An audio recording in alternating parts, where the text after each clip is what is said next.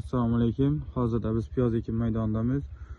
Ushbu loyiha Biznes rivojlantirish banki hamkorligida Xorazm viloyati Xiva tumani Juryan Mufida 1238 va 1280 sonli konturlarda amalga oshirilmoqda. Bu yerda piyoz ekilgan. Yerning umumiy maydoni 3,43 gektarni tashkil qiladi. Bu yerdagi ekinlar zamonaviy usullar bilan parvarishlanmoqda. Hozirda ekinlar unib chiqish va gullash holatida. Ekinlarni yetishtirish 120 kun davom etadi. Yetishtirish jarayonida sug'oriladi, tabiiy va mineral o'g'itlar bilan oziqlantiriladi. Ushbu loyihaga 18 ta dehqon xo'jaliklari biriktirilgan. Har bir dehqon xo'jaligi uchun 0,2 gektardan to'g'ri keladi. Loyihani samarali amalga oshirish uchun Lidiy tadbirkor Chanashik Allabegam Mashirov Abdulla MChJ ishlab chiqarish kooperativi biriktirilgan.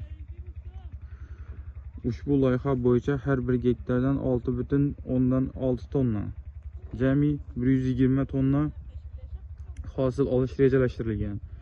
Mazkur ekin yig'ishtirib olingandan so'ng ikkinchi ekinga ham yuqori daromadli ekin turlarini ekish orqali yer egalarining daromadlarini yanada oshirib boriladi.